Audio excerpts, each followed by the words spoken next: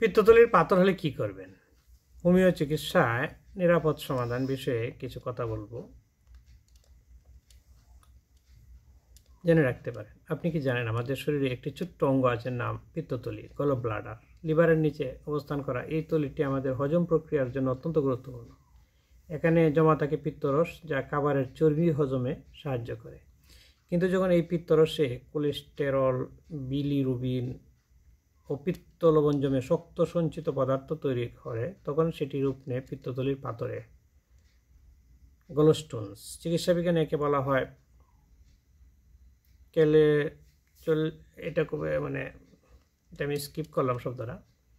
পিত্তথলির পাথর হওয়ার প্রধান কারণগুলো হলো বয়স বেশি হওয়া, বিশেষত 65 বছরের পর, অতিরিক্ত চর্বি, মিষ্টি ও প্রক্রিয়াজাত খাবার খাওয়া, গর্ভাবস্থা বা হরমোনের ভারসাম্যহীনতা, এরপরে দ্রুত ওজন কমানো, রোজা বা ডায়েট ক্র্যাশ করা, পারিবারিক ইতিহাসে পাথরের উপস্থিতি,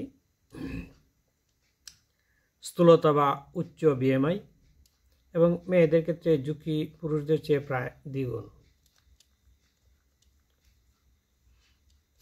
এখন জেনে নিই লক্ষণগুলো কি। বেশিরভাগ ক্ষেত্রে পিত্তথলির পাথরের কোনো লক্ষণ থাকে না, তবে যাদের উপসর্গ দেখা দেয় তারা সাধারণত অনুভব করেন ডান পাশের উপরের পেটে ব্যথা, যা পিঠ বা ডান কাঁধে ছড়িয়ে পড়ে। চর্বিযুক্ত খাবার খেলেই পেট ফুলে যায়। অনেক সময় দেখা যায় জন্ডিস, ত্বক ও চোখে হলুদ ভাব আসে। এরপর কিছু ক্ষেত্রে বমি, জ্বর বা সংক্রমণ দেখা যায়। পেট ব্যথা তো এরপরে জটিলতা হতে পারে পিত্তথলির প্রদাহ, কোলেসাইস্টাইসিস। সাধারণত পিত্তথলিতে বাধা সৃষ্টি, অগ্নাশয়ে প্রদাহ, পেনক্রিয়াটাইটিস বলে, এমনকি গল ব্লাডার ক্যান্সারের ঝুঁকিও বাড়তে পারে। রোগ নির্ণয় করবেন কীভাবে? সবচেয়ে প্রচলিত উপায় হলো আলট্রাসোনোগ্রাম করা, ইউএসজি। এছাড়া সিটি স্ক্যান বা এক্স রে এর মাধ্যমেও শনাক্ত করা যায়। এখন আসি হোমিওপ্যাথিক চিকিৎসা যেগুলি। হোমিওপ্যাথি এমন এক চিকিৎসা পদ্ধতি যা রোগের উপসর্গ নয়, বরং মূল কারণকে নিরাময় করতে কাজ করে। রোগীর স্বভাব, জীবনযাপন, মানসিক অবস্থা সব বিবেচনায় নিয়ে ওষুধ নির্ধারণ করা হয়। পিত্তথলির পাথরের ক্ষেত্রে কার্যকর কিছু হোমিও ওষুধ হলো সেলেডোনিয়াম, ডান দিকের পেটের ব্যথা বা কাঁধে ছড়িয়ে পড়া ব্যথা। এরপরে লাইকোপোডিয়াম, এটা পেট ফুলে থাকা, বিকাল থেকে রাতে ব্যথা বাড়া এবং সামান্য খাওয়াতেই অস্বস্তি অনুভব করা, এটিতে লাইকোপোডিয়াম কাজ করে। ক্যালক্রিয়া কার্বনিকা, এটা অতিরিক্ত ওজন, পারিবারিক ইতিহাসে পাথর ও উচ্চ কোলেস্টেরলের উপকারী। নেট্রাম সালফিউরিকাম, এটা আর্দ্র আবহাওয়ায় সমস্যা বেড়ে যাওয়া, দীর্ঘস্থায়ী ডায়রিয়া ও হাঁপানিতে কার্যকর। নাক্স ভূমিকা, এটা অম্বল, বুক জ্বলা, কিটকিটে মেজাজ এবং অতিরিক্ত মশলাযুক্ত খাবার গ্রহণে অস্বস্তি। নাক্স খুবই কার্যকর অনেক ক্ষেত্রে, এটা কমন ওষুধ। এসব ওষুধ অবশ্যই একজন যোগ্য ও নিবন্ধিত হোমিওপ্যাথিক চিকিৎসকের পরামর্শে গ্রহণ করতে হবে। নিজে নিজে গ্রহণ করা যাবে না, আর নিজে নিজে ওষুধ খাওয়াটা খুব বিপজ্জনক এবং নিজের রোগ নিজে অনুভব করা যায় না সঠিকভাবে। একজন ডাক্তার পিত্তথলির পাথর যত্নে সাধারণত আমরা কী করতে পারি? প্রতিদিনত 2 লিটার পানি পান করুন। তৈলাক্ত, ফাস্টফুড, মশলাযুক্ত খাবার পরিহার করুন। ফল, শাকসবজি ও আঁশযুক্ত খাবার খান। দীর্ঘদিন জন্ম নিয়ন্ত্রণ বড়ি বা হরমোনের ওষুধ সেবন করবেন না চিকিৎসকের পরামর্শ ছাড়া। ওজন হঠাৎ কমাবেন না, ধীরে ধীরে নিয়ন্ত্রণ করুন। ডান পাশের পেটে বারবার ব্যথা হলে দ্রুত ডাক্তারের কাছে যাবেন। মনে রাখুন, হোমিওপ্যাথি কেবল উপসর্গ লুকিয়ে রাখে না, বরং দেহের প্রাকৃতিক নিরাময় ক্ষমতা থেকে জাগ্রত করে। ফলে শুধু পাথর নয়, বরং পুরো লিভার পরিপাকতন্ত্র ভারসাম্য ফিরে আসে। এক্ষেত্রে আমি বলি,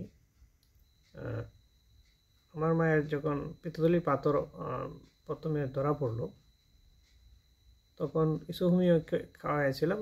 ডাক্তার বলছিল যে এগুলি তো আসলে নির্ভরযোগ্য না, অপারেশন করিয়ে ফেলো। এর মধ্যে হোমিও কিছু খাওয়ানোর পাশাপাশি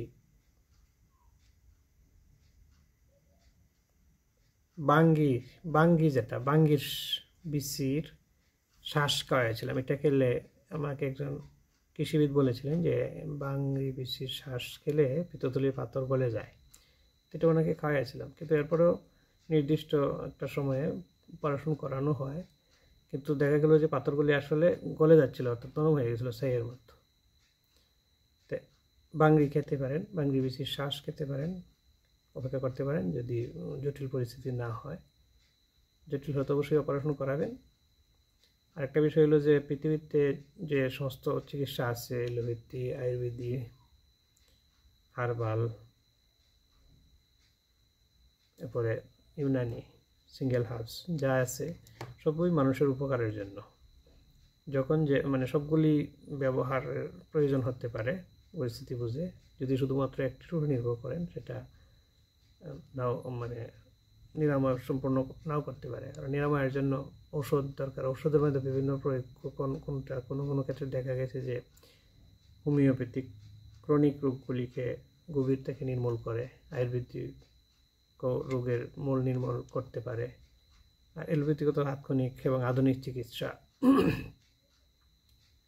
এবং শুধু চিকিৎসা নয়, পাশাপাশি দোয়া, প্রাকৃতিক যে খাদ্যাভ্যাস, লাইফস্টাইলের চেঞ্জ, এগুলি করতে হবে। দানও করা যায়। অনেক সময় দেখা গেছে যে যখন আমরা দান করি তখন অনেক রোগ প্রাকৃতিকভাবে নিরাময় হয়। যেমন ক্যান্সার ভালো হয়ে যেতেছে, ওই চিকিৎসা, দোয়া দাওয়া দিয়ে চিকিৎসা করতে হবে, দোয়া করতে হবে, দান করতে হবে এবং নিয়ম মানতে হবে। এই সব কিছু মিলিয়েই আমরা সুস্থ থাকতে পারি। ধন্যবাদ সবাইকে।